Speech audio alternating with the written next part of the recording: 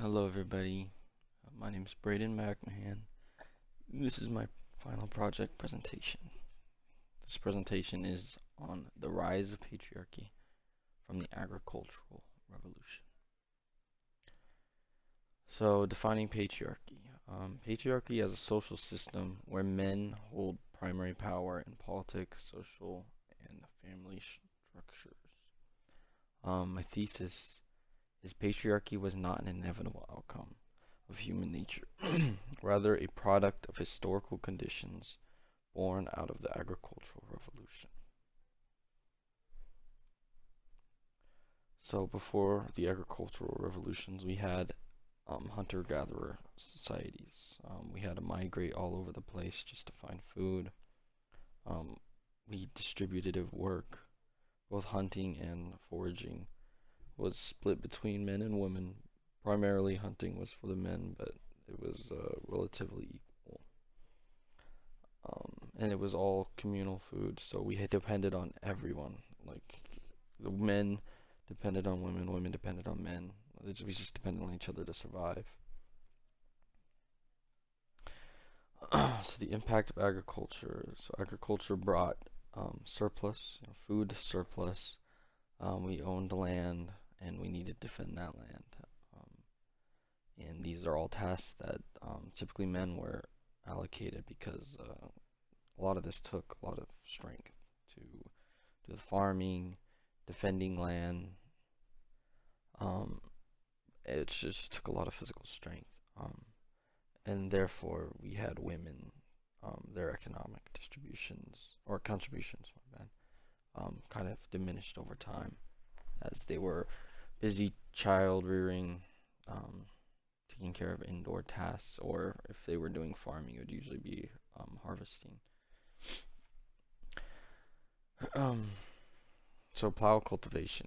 Um, this was one of the biggest, I guess, discoveries of the agricultural revolution because it allowed them to make farming a little quicker.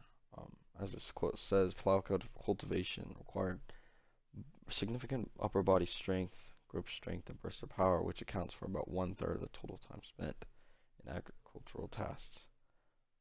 And due to that, we have men took control of that aspect. Um, again, they required upper body strength. Before we domesticated animals, men actually would pull them themselves, which I can't imagine was light. Um, but even after we domesticated animals, the gender norms continued. I think it's yeah, this one. Cultural norms became institutionalized. Labor division as a whole just shaped societal beliefs due to that.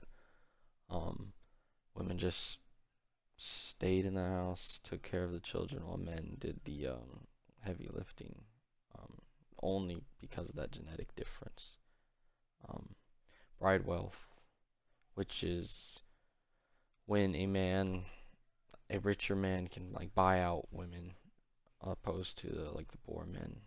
Um, it reduced female autonomy because the women usually get relocated or like away from the family, or and they didn't really have a say in what they got to do with their autonomy.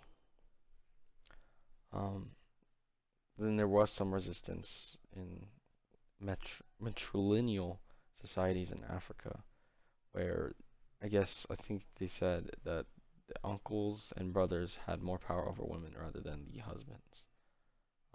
But women still maintained more power than they typically did in other societies.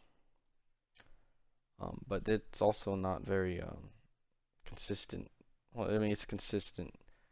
However, um, it depends on what they plowed or what they grew. Because some societies didn't use plows, which meant that women could do some of the farm work.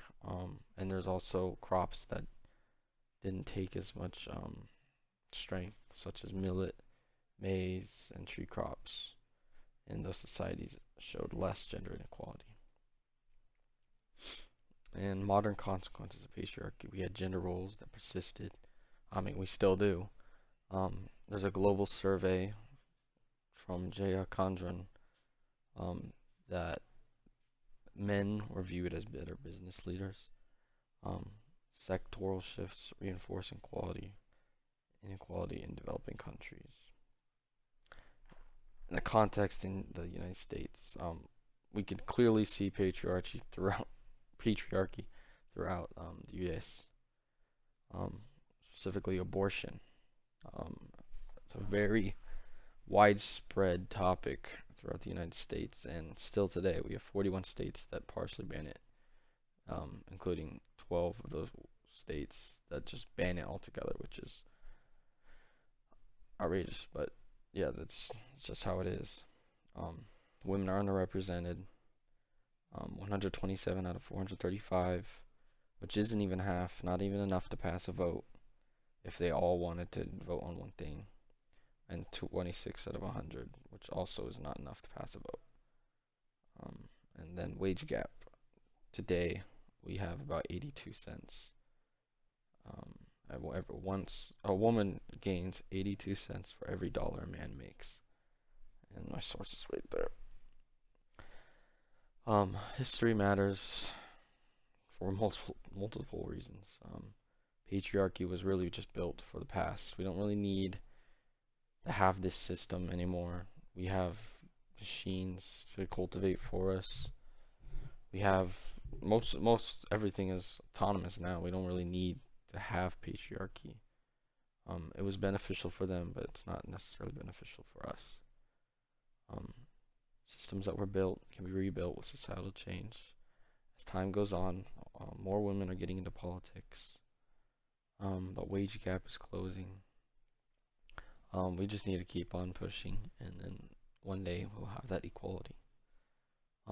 Understanding our roots gives us the power to reform. If everybody was educated on this, then perhaps we would understand why we need to move past what our old values were. Conclusion. Patriarchy rose from agricultural shifts, not biology. Like I said in my thesis,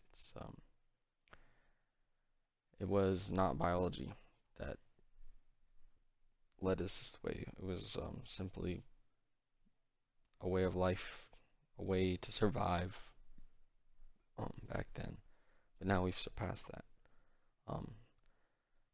And we can change that. Like I said, they're not unchangeable. Recognizing our roots will help us dismantle today's problems that were created back then. Here, my works cited. I use 6. Alicina, Nancy, and J. Condron. Yeah, these are the 2 peer-reviewed, and these 3 were from the Central Library, and this one is just for the pay gaps and all that. But thank you for coming to my TED Talk. Bye.